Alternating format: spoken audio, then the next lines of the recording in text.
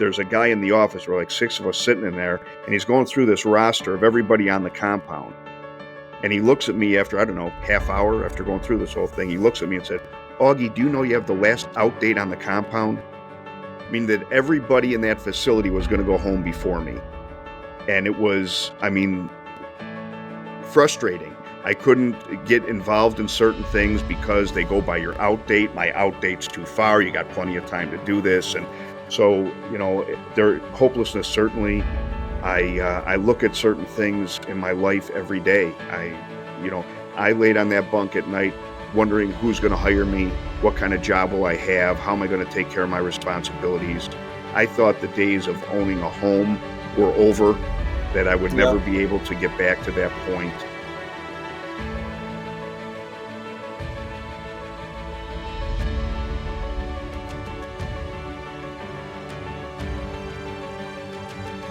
Welcome to the Path Forward podcast.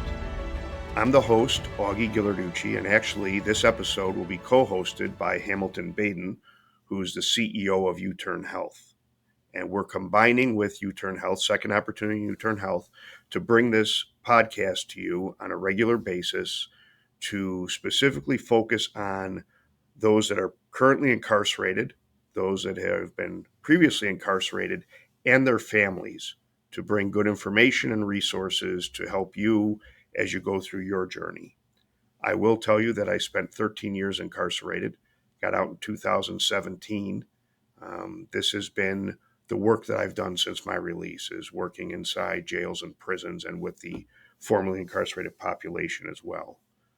The first episode, as I said, features Hamilton, who tells his story and also talks about how we're going to work together and how we think will be valuable for those on the inside. So please join me for the podcast and recognize that incarceration is not the end of our story. It is just one chapter, and there are many chapters left to be written. Welcome to the You Learn, You Turn podcast. It's great to see everybody again. My illustrious co-host has changed the way she looks a little bit. I want to welcome Augie Ghilarducci to the podcast today. We've got some exciting stuff we want to talk about. Liz, who is normally here, is being our producer today, and there's a specific reason for that. One of the things I think everybody that comes to this podcast know that we're here to talk a lot about different things: behavioral health, mental health, substance use, but really to talk about this in a different light and talk about positive change and how we can change the face of this in our country. And that leads us in a lot of different directions. I think most people know at Youturn Health, we do a lot of work with commercial organizations. We do a lot of work in construction, a lot of work with veterans. But it's also led us down an interesting path that we've talked about a number of times on this podcast, and that is reentry. And when we talk about reentry, we are talking about people that have to spend time in jail or prison or home confinement or are on probation, parole, for things that have happened. And unfortunately, there is a large percentage of those people that struggle with some of the stuff that Youturn Health does. And our model has lent itself to be very beneficial for those people that are coming out, trying to re-enter into society, trying to get a handle on their substance use or their mental health issues or those types of things. And so we've kind of become also a re-entry company in the process. Luckily for me, we were at a conference recently, probably about 8 months ago, and met the gentleman that's on the podcast with us today. And just struck up a very cool friendship and was very taken by some of the stuff he has been doing in this field. And so we have joined forces. And the cool thing that we're announcing today is we are launching another podcast underneath the You Learn, You Turn podcast called The Path Forward. Augie will be the host. It's sometimes by himself, sometimes with me or other people from Youturn here to kind of talk through his journey, the journey of other people, and how we can help people that are starting this new life. So welcome to the show, Augie. It's great to see you as always. And how you doing today? Doing great, and it's great to be here. I've been looking forward to this actually for years, to hosting a podcast. So it's exciting to be actually doing it right now. That's awesome, my friend. And you have to do us all a favor. One of the podcasts, you're going to have to bring the dog in so we can all see the dog. Augie has a puppy that's now, what is he, over 100 pounds already? 110 pounds. He's 6 months old. Oh my Bull God. Mastiff. Bull Mastiff. And some of you may know I almost said I have 6 dogs. I have 5 dogs. So big dog lovers around here.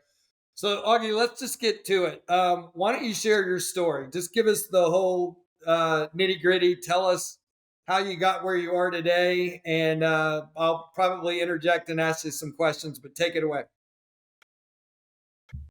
My story starts the same way every time. I just feel I want to say this, that I was raised by two terrific parents. We were a middle class family. I was taught right from wrong.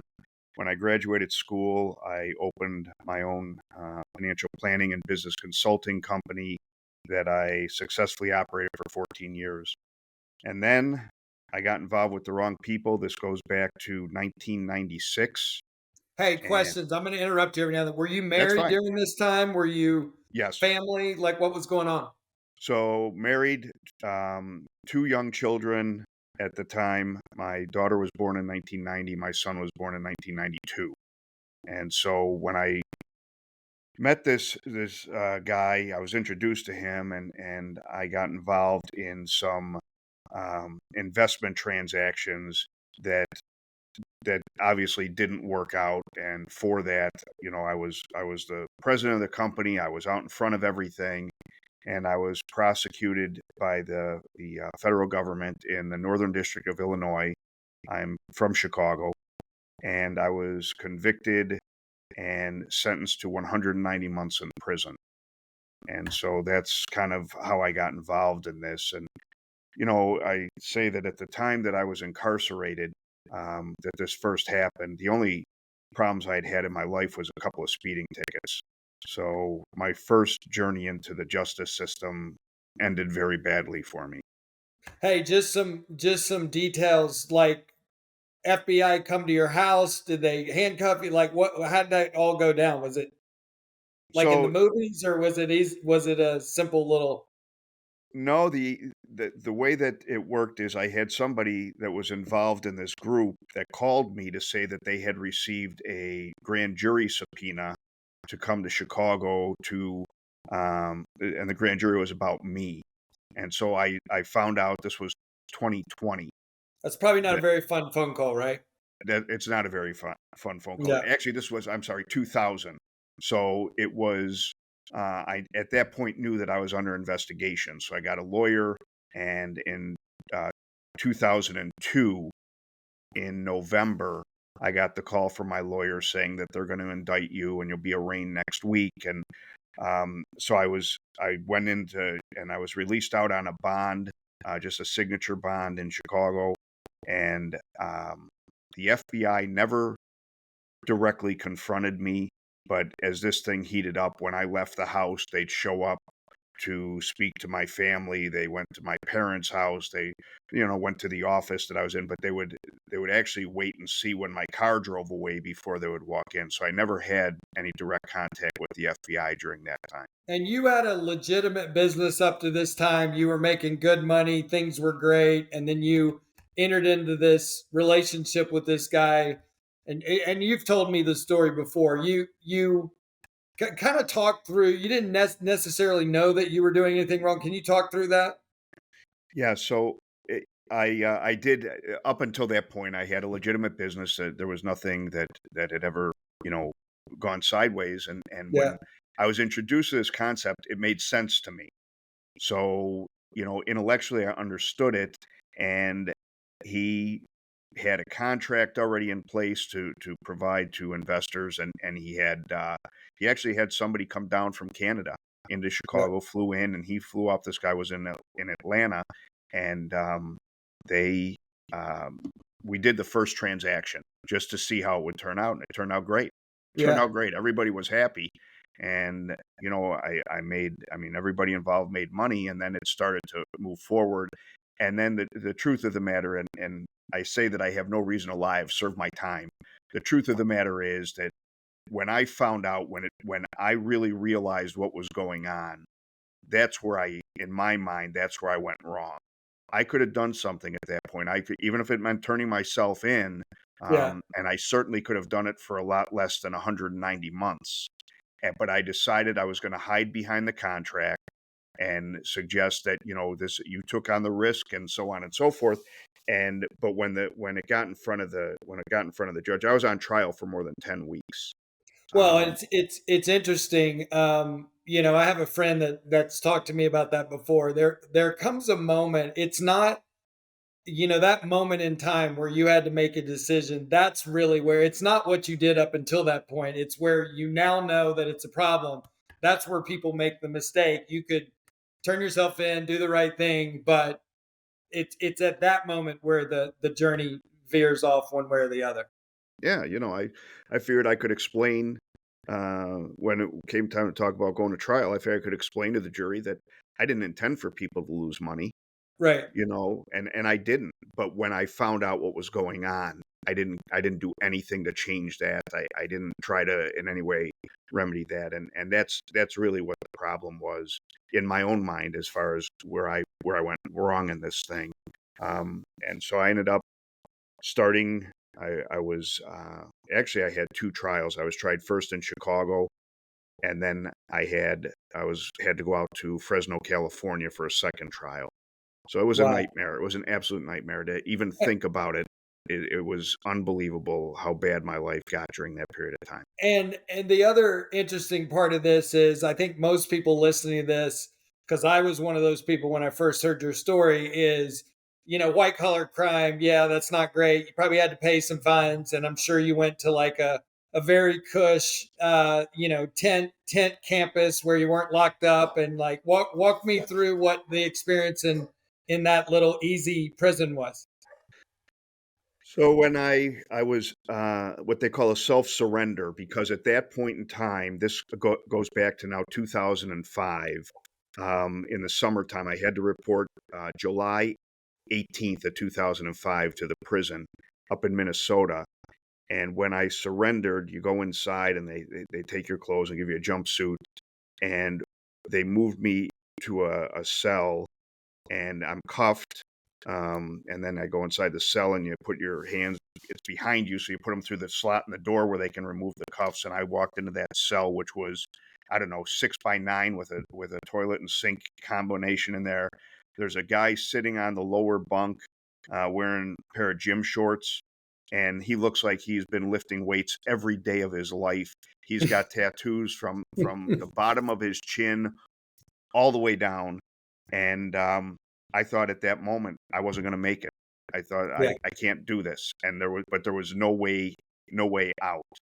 And So so it the was point of this wasn't a cush camp no. style prison. You were in big boy prison. I was, because, and that was because of the length of my sentence. So I didn't have any violence in my background, but anything over 10 years, you end up behind the double razor wire, and it becomes Wow. there's a lot more violence in those type of places. It was definitely a challenge to get started. Yeah, that was the part of your story that kind of floored me. I think most people listening to this just think, unless you've been there and done this, that when it's over a certain sentence, you go to big boy prison. So walk us through what that experience was like, and then we'll lead to what happens when you get out. So I will tell you, Hamilton, that part of the real tragedy of my behavior that landed me in prison. I went away in July. My mother came to see me in September, and it was an unannounced visit. So she just showed up, which, Never good. it wasn't a good thing. And she said that they had found a growth on her pancreas, but they didn't think it was cancer. And she came back with my dad and a couple of my cousins a month later to say it was inoperable pancreatic cancer. And she died on January 11th of 2006. So I was only 6 months, less than 6 months locked up, and that just it put a hole in my heart. I was close with my family, certainly close with my mother. She rode the bus every day to come to my trial, for 10 weeks, and so when that happened, it really set me in a bad frame of mind about everything. And Then in March, I was thrown in the hole in segregation, um, and I sat there for 35 days. And I tell people that that's when things started to make sense to me. I was, I had lived my life in a way that it became about money and things, and I had strayed from who I was, and that was the place that I really was able to think about how badly I had behaved and how greedy I had been and how selfish I had been. And so I came out of there, and I can say this with certainty, I came out of there determined that I was going to do something that I would, just stay involved. And I was there long enough at this point, probably 9 months, that I had seen there were a lot of men there that I was locked up with that, they struggled with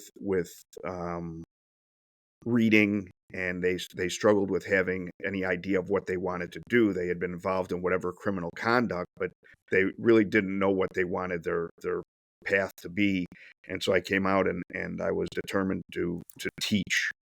And I had never done it before, but I felt that I could. And so I started teaching courses, and I did that the whole 13 years that I ended up being locked up. And I would develop and teach courses to fellow inmates.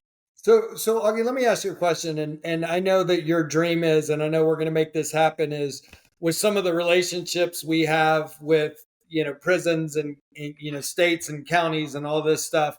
We're going to try to make this. We're not going to try. We're going to make this available inside the walls. So there's hopefully going to be people listening to this that is right where you were, and it sounds like for the first 9 months, it was your mentality was really shitty, for lack of a better word.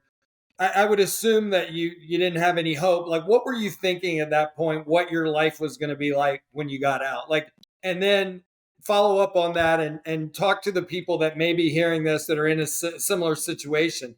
How do you give them hope? Like, just kind of walk us through that.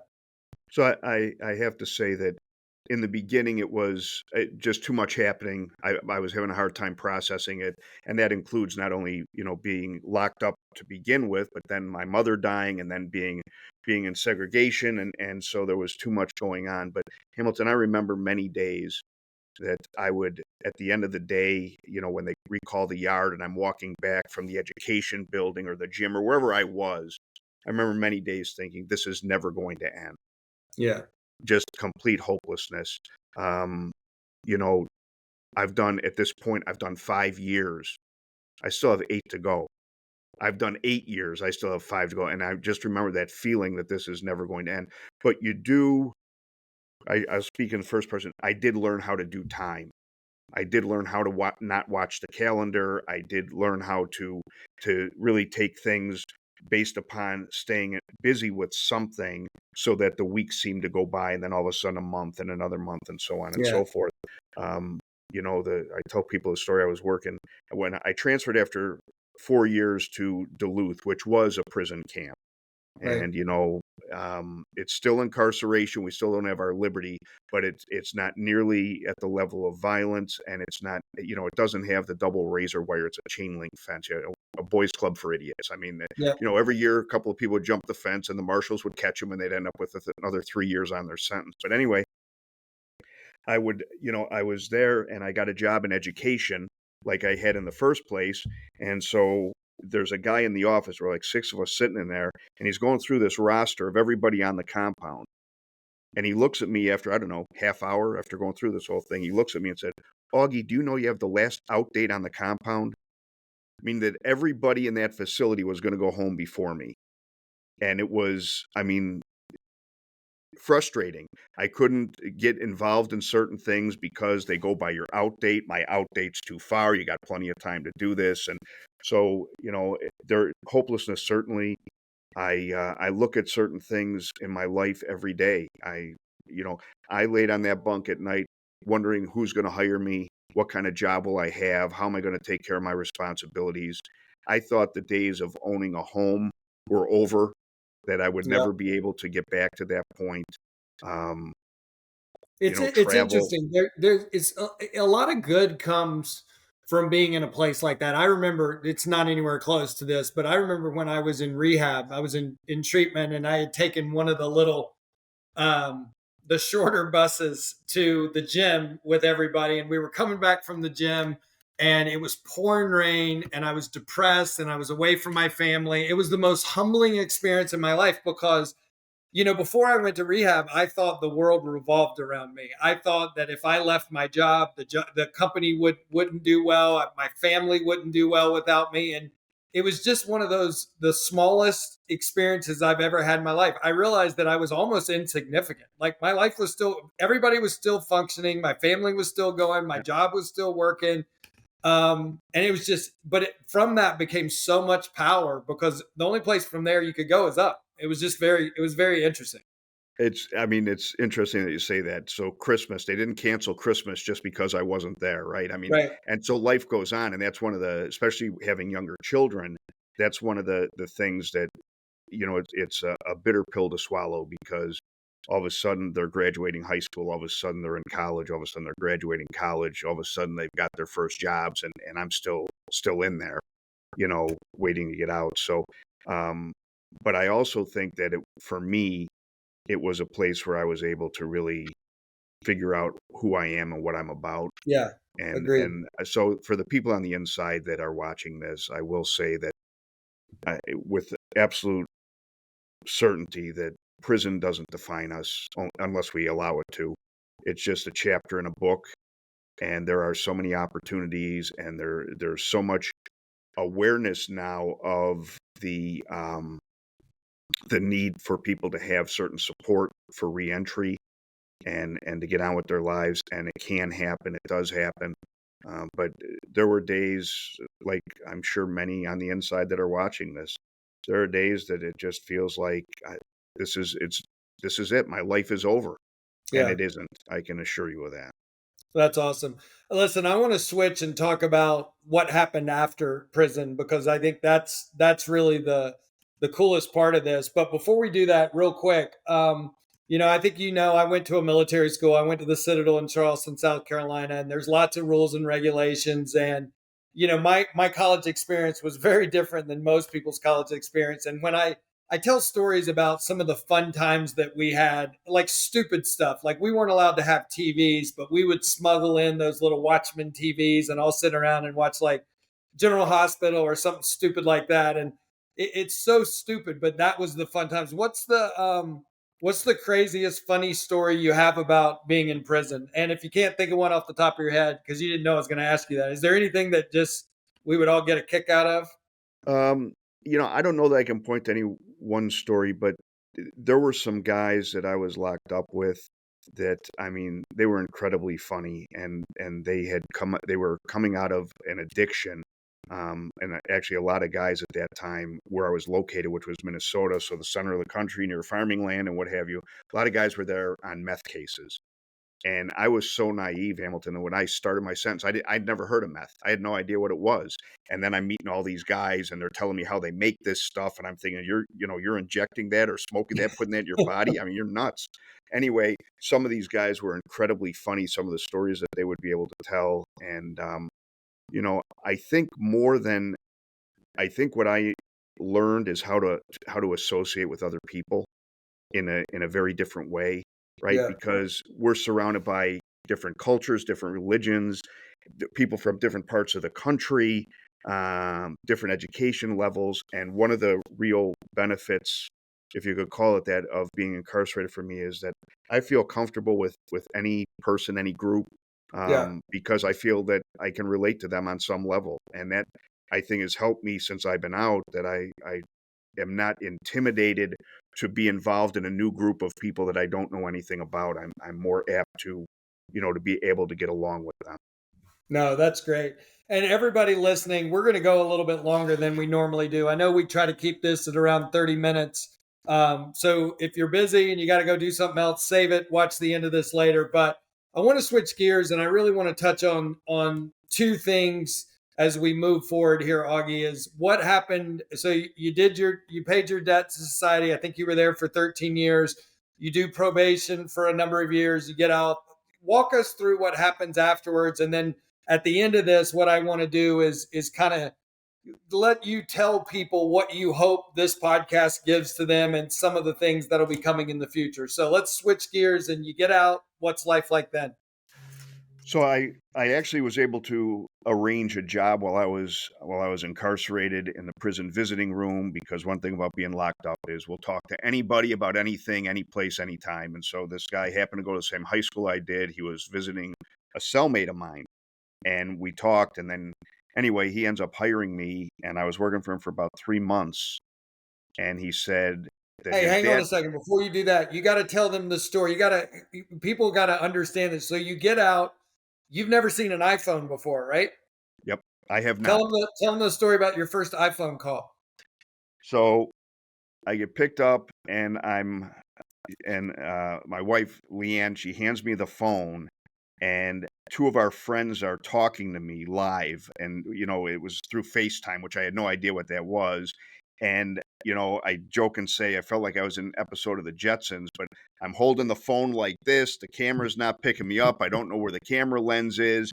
And it was the technology piece was, I make fun of it, but it was overwhelming. My first day on my new job, the guy tells me, listen, I've got some meetings, I'm going to be gone most of the day, but just set up your LinkedIn profile.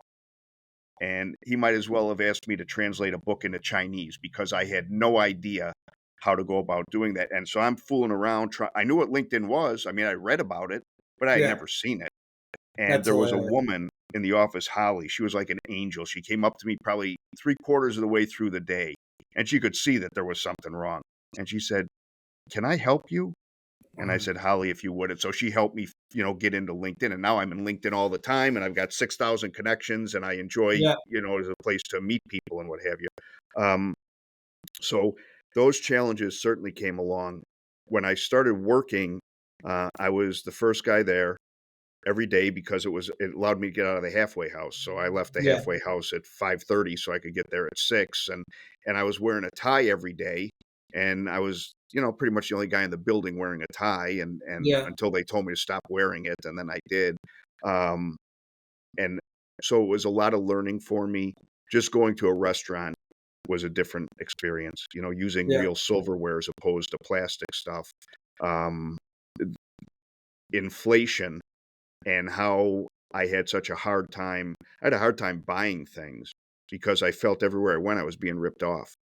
yeah, So, there's a lot more to reentry than just I need to get a job and have a yeah. place to A live. lot of There's a shit lot. changes in 13 years, right? Yeah, it does. It does. The main thing is the way people communicate. Yeah, It's all text messaging, and it's not the way certainly a guy my age, you know, expected it to be.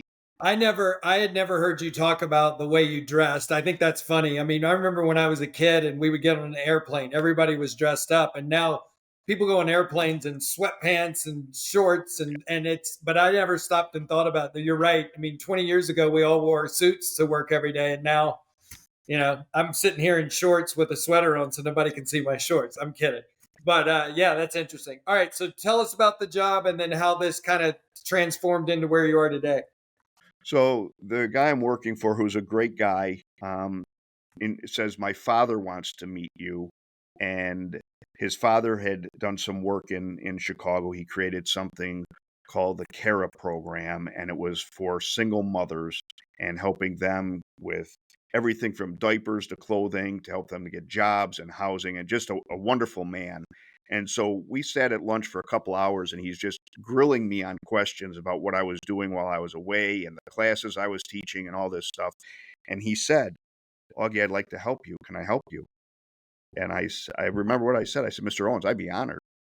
And he said, I'm friends with Tom Dart, the Cook County Sheriff, and I think he's going to want to hear your story. And so he introduces us by email. And the next week, probably 4 or 5 days later, I'm down at 26 in California, which is the jail picture you always see when they've got the Chicago programs. It's a one city square mile of buildings and gun towers and razor wire. Anyway, I walk inside, and I can honestly say the hair on my neck was standing up, just the Yeah. feeling of being back in there. And I walk into the room, and there's this woman who's in charge of programs, and there's like 15 deputies in there with guns and badges and their brown jackets, and she said she saw that I was uptight, and she said, just tell us your story.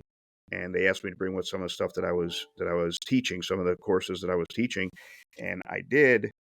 And before the meeting even ended, she said, Augie, we don't have anything like this. We need this. Will you help us out? And so I started going into Cook County Jail January 2nd of 2018. And it was, we're still in there. That we got a 5-year Sheriff's Office award last year. So we'll be in there at least until 2028. And That's awesome. that's how this started. And so at this time, it was me. I had a partner, co-founder Dan Efren, who's great, and he made this a reality. He made sure we had a business office and a copy machine and a website and what have you. But I would be marching in and out of places. So once I got in Cook County, it just kind of took off. So I'm going into treatment centers. I was involved in a diversion program called the Women's Treatment Center. I was in county jails in some of the surrounding counties of Chicago. I was in halfway houses, and so I'm busy 5 days a week. And but it's just me walking in with my little workbooks that I had created, and just teaching in person. And then COVID came, and COVID redefined everything because Right. from our business model, I couldn't go in any place. I'm getting calls every week saying, "Hey, we're locked down." And so what happens is a friend of mine asked me. He asked me to move down to the Atlanta area and to help him build out his business office. And I told him I could do it then because of COVID, but as soon as things opened back up, I was going second opportunity clearly is what I need to be doing. Yeah, And hang on 1 second, because we haven't sure. talked about this. I want everybody to know. So Augie's program, his company is called Second Ops, and one of the cool things, we're going to get him to explain a little bit about what that is. He just mentioned it. I want to make sure everybody knew that. And the cool thing about this is with Youturn Health, what we're really trying to do is to put this together so that we can give people the best chance of a new life, or reintegrating into that life again when they come out. So keep going. Sorry, I just want to make sure people knew what you were talking about. That's all right. So anyway, December of 2021, I'm in Bon Aqua, Tennessee, just outside of Nashville, standing on Johnny Cash's stage. And Hamilton, what I didn't mention on this is my last 5 years, I worked as the clerk in the RDAP program, which is the Federal Prison Drug Program. Yep. And really, I was more a tutor because the men that successfully completed the program in the RDAP dorm, they got up to a year off their sentence. So it was a big deal. But in addition to the process groups and the large groups and all those other things, there was a lot of book work to do. And so I would help guys. That was really my job, is to help tutor guys so that they could complete the book work and go home early. Right. But one of the things, and it means more in my head than when I say it, but one of my jobs as being the clerk was to show treatment-related movies. So they had this DVD library, and I will tell you that I watched the movie. I've seen the movie Walk the Line 100 times. And so when I'm standing on Johnny Cash's stage, surrounded by all his memorabilia and knowing just what I know now, I felt like this is where I'm supposed to be. This is kind Yeah. of a validation that everything leading up to this is where I'm supposed to be. So they brought in a professional film crew, and we were able to create our courses in. We have 5 courses at this time. We were able to create them so that they're available on tablets, on the outside for people that are in probation or in a diversion program. They're on smartphones, or they're available through a computer. So it changed everything. Then we were able to really, kind of get this into more places than other than me just walking in and out of places. And so that's how it kind of So basically, changed it. you were the program, and you were teaching people this, and COVID really forced you guys to put this and create a real business where. And there's 5 different modules, and again, electronically, you still have people that'll go in and do it in person in the jails and the prisons, but there's 5 different modules that walk us through what those modules are and what that gives to people that go through the program. So the first course is called A Path Forward, whereas the podcast is The Path Forward. But Yep. that's really an employment readiness type module. Employment's certainly an important part of successful reentry, and we go through everything from developing your elevator pitch. How do I explain a 13-year gap in my resume? The Yeah. 14 most common interview questions, what a resume should look like. We go into communication skills, conflict resolution. So we go deep on a lot of topics, but again, everything is presented through the eyes of somebody who's been incarcerated for a period of time, and these are the things that I faced or that others that are involved with us faced, as they journey out of there. The second one is called A Path to Financial Freedom. So I had a lot of guys when I was incarcerated that would tell me they had never had a checking account. They'd Yeah. never filed taxes because the business they were in, they were living on cash. And if they needed something, they go to the currency exchange and get a money order. Yeah. So this is, again, I got out, I tried to get a car. Guy told me, oh, you didn't have bad credit. You're a ghost. You're not even in the system anymore. So I talk about how I was able to establish credit through the process, following incarceration. I talk about housing and how we were actually able to buy a home using an FHA program that works with people who have been incarcerated. So we provide information like that. Third one's called values aligned goal setting, and it's probably my favorite. It's because it helps us to create a process for achievement. What do I want to do? And it works just as well on the inside as it does on the outside. I have people that'll tell me that they learn 3 new words a day so that they'll have a better vocabulary when they get out. We all know people that Yep. are on the inside know guys that are exercising every day. And if they're in a county jail, maybe their exercise means they're going up a set of stairs 200 times a day or doing push ups or whatever. So it really is the process of achievement. And then we focus on 2 things as far as professional growth. And one of them is called A Path to Advanced Skills. So there are so many programs that I was unaware of on the inside that I've learned about on the outside that, fully funded by the Department of Labor, that you can come out and you get into a welding program, you can get into a diesel mechanic program, you can get into, different machinist type groups, you can get involved in computer coding. And so there's all these things available that I can take, and most of these programs will provide transportation, they provide breakfast and lunch, so it allows us to try to be successful doing this. And then the last one is A Path to Higher Education. And so we do a lot of work now with organizations, in the jails that we're in to help people get their GED. Yeah. And I know when I was away, and this is something that still sticks with me. There are a lot of guys that were forced to take GED, but there was no achievement attached to it. They just had to be in the classroom for 500 hours. And I would talk to these guys; they're friends of mine, and they would say, "I can get the same job without a GED than I can get with one." But what higher education shows us is there's all these great programs out there that we can take online that allow us to get really good jobs that pay well, that allow us Yeah. to have benefits and a 401k.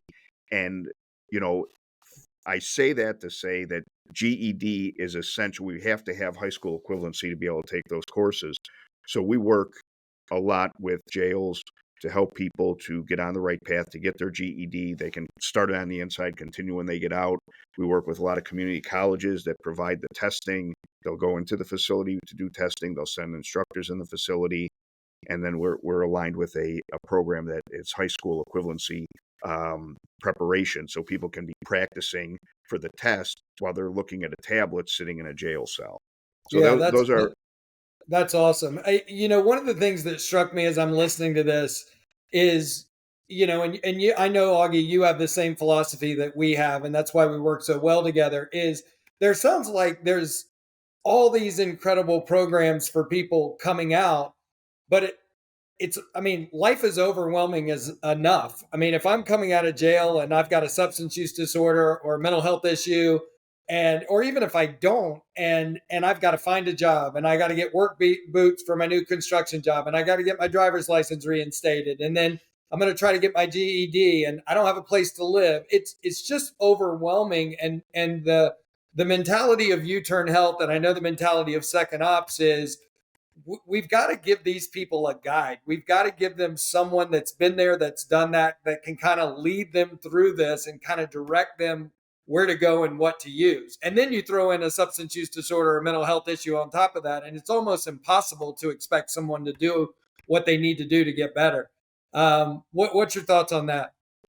Well, I mean, from a second opportunity standpoint, we're thrilled to be involved with U-Turn. I love the work they do. I love the commitment that they have. I love the way that they're out in front of all of this. Because if you're on the inside right now, you know how many people sitting around you are in prison or jail related to some form of substance use. Yeah. Right. And so that's reality. I want to say that when I was in Duluth, they said 75% of the population were there on drug cases. Yeah, it's And crazy. I'm an upbeat guy. I hope you're taking that on this side, but realize this, the numbers are really scary. People that are in prison on a drug case, 4 out of 5 will be in prison 5 years after their release. Yeah. And so Well, and get, we've got to do things to change that trajectory, right? I mean, we can't let that yeah. keep happening. No, and then you add what's happening with fentanyl. I mean, we've heard. I mean, the someone told me that the 2 days, if you're in a jail or prison on Suboxone, which if you don't know what Suboxone is, prescription drug that takes the place. It's not the right way to say it, but it takes the place of heroin or opioids. There's no respiratory ceiling, so that people don't die from overdose of it, and it helps get you off of heroin. Is basically the best way to say it. And you get out of jail, those people are the most likely to die from an overdose in the first few days because they stop taking their medication. And it's just a horror story. And all I was going to add is with fentanyl in the mix now, it's not only people have a bad life, it's that they're dying from this stuff. And we've got to stop it. Yeah. Yeah. And I mean, that's why it's important, in my opinion, my experience, it's important to have a plan. Yeah. And it's important to have a support network. Not everybody has family to go back to. I get that. And that's why I really love the U-Turn peer coaching model, that there's somebody that's there that can, especially during those early months, weeks or months where things are moving so fast and there's so many things we've got to get done, and we've got to make our case manager at the halfway house happy or our probation officer happy, and we're Right. trying to get back with our families. There's so much going on at the same time that to have somebody that can relate to what we're going through, has gone through that process. That doesn't mean they haven't stumbled along the way, but they kind of know where the pitfalls are. I think that that's a great part of this, and I think ultimately that's what should drive the whole system, is that it all moves forward, to have somebody that's there to coach us when we release, so that we can avoid a lot of the common places where people will fall down again. No, that's awesome. Well, listen, man, I consider you a good friend, and I'm proud of where you've been and where you are today. I always tell people that I went through hell when I got sober uh, for a long time, and would do it all over again to get to where I am today. And I know I've had that conversation with you. I think you would do the same. So you're doing great work, and we're excited about the future together. But we're more excited about giving hope and advice and education to people that are going through this now, that are out, that have been through this, the families that are a part of this. Why don't you talk a little bit about, and then I'll sum this up at the end with what the schedule is going to be. Why don't you talk about what your vision is for this podcast and what people can look forward to in the upcoming episodes? So my vision for the podcast, it's pretty clear. There's two things I want to do. I want to bring guests on a regular basis that have been incarcerated and have gotten out and gone on to do great things with their life. And I'm not talking about great things as in they cured cancer. Great things are they're out, they're taking care of their family, they're going to work every day, they're maintaining their sobriety, but people that will inspire hope. And we do have some. I've got some really good friends that I've made since I've been out. We have a guy that I was with him a couple of days ago.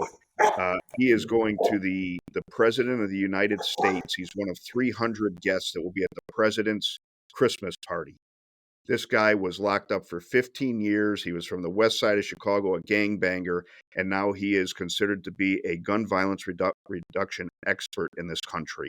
And this is a guy that was locked up, and so their stories are just Wow. overwhelming. Um, Also want to point out that everything we do, there's a Spanish language component to it. So we're going to have some Spanish language podcasting too. All of our courses also available in Spanish, because we know what's that a large percentage of the population, or some percentage, that their preferred language or their more comfortable language is Spanish. Yeah. Um, the other thing, in addition to having inspirational guests, is I want to bring in resources. I want to bring in companies that hire people with backgrounds. They call them fair chance employers, to talk to you through the lens to say, hey, we're hiring. If you know where we're located, come and see us. We don't hold your background against you.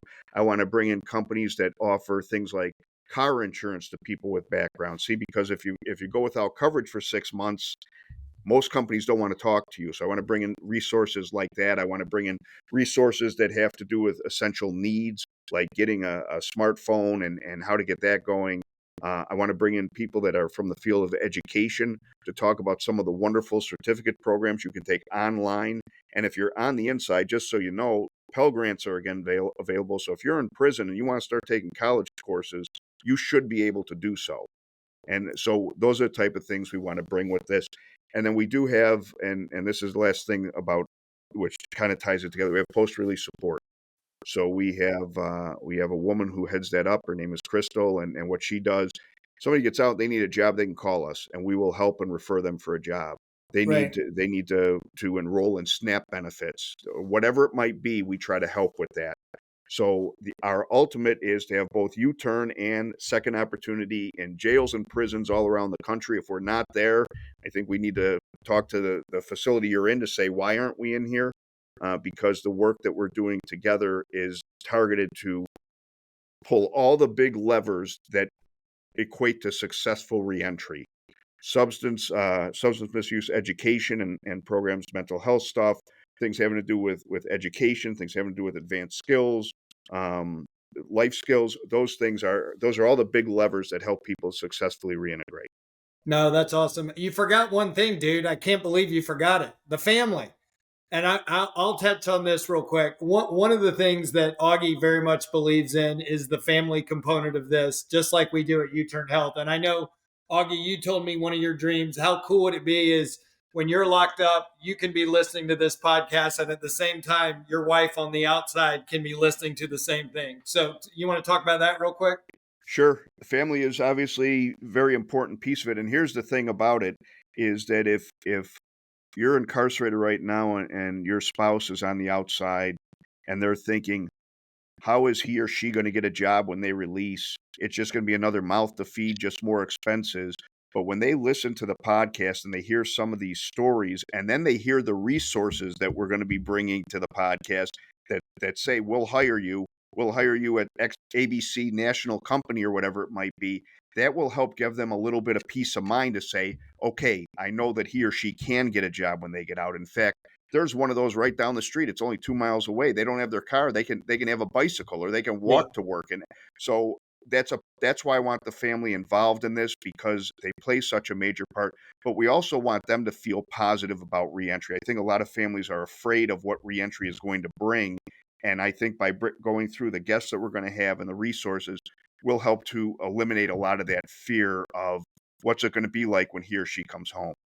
Yeah, that's awesome. And again, we have the same philosophy. When you're dealing with substance misuse, when you're dealing with mental health issues, when you get locked up, a lot of times the family, I mean, you may be sitting in jail or prison right now listening to this and being like, my family doesn't even talk to me. And what we found is a lot of times it's just education. I mean, when I got sober, my wife didn't have the first clue what an alcoholic was. She just knew that her life was in chaos because of me, and she didn't want any part of it anymore. And it took time, it took education to understand that this is the disease, and I could get through it. And the family is a really important part to this for us as well. So, Augie, this has been awesome. Much longer than we normally talk, but your story is riveting. And again, I consider you a great friend, and I'm proud of all the stuff that you're doing and we're doing together. And I'm excited for the future of the podcast together. Me too. And thanks for making this happen, because Of it was you that gave it the shove to get it over the top.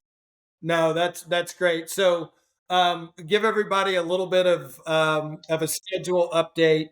So I think you know that every Thursday we have a new episode of You Learn, You Turn that will come out. We will continue to do that. And starting very soon, we're going to have the path forward underneath that will be coming out on Tuesdays. They're going to come out once every 2 weeks for the first couple of months, and then eventually we'll be doing one a week. So whether you like it or not, you're going to get to see double of us. So we appreciate it, guys. This has been the You Learn, You Turn podcast, and thanks for joining us, and we'll see you soon. Thank you for joining me for episode 1 of the Path Forward podcast series. I hope you enjoyed it. I hope we kind of set the tone for what we're going to be bringing on a regular basis. I believe that this is information. I believe that this is inspiration that helps on the inside. I especially think it helps when we can have our families participate in this by watching it, by hearing about employment opportunities and other stories of people that have overcome incarceration. The next episode that you'll see features Dr. Chico Tillman, who's become a friend of mine over the last 5 or 6 years. He was incarcerated for 15 years. He's been out and doing some absolutely amazing things. When you hear his story, you probably won't believe all that happened. And he's just a terrific guy. So thank you for watching episode 1. I hope to see you for episode 2, and that we're able to continue to bring you things that you find useful and inspirational on the inside.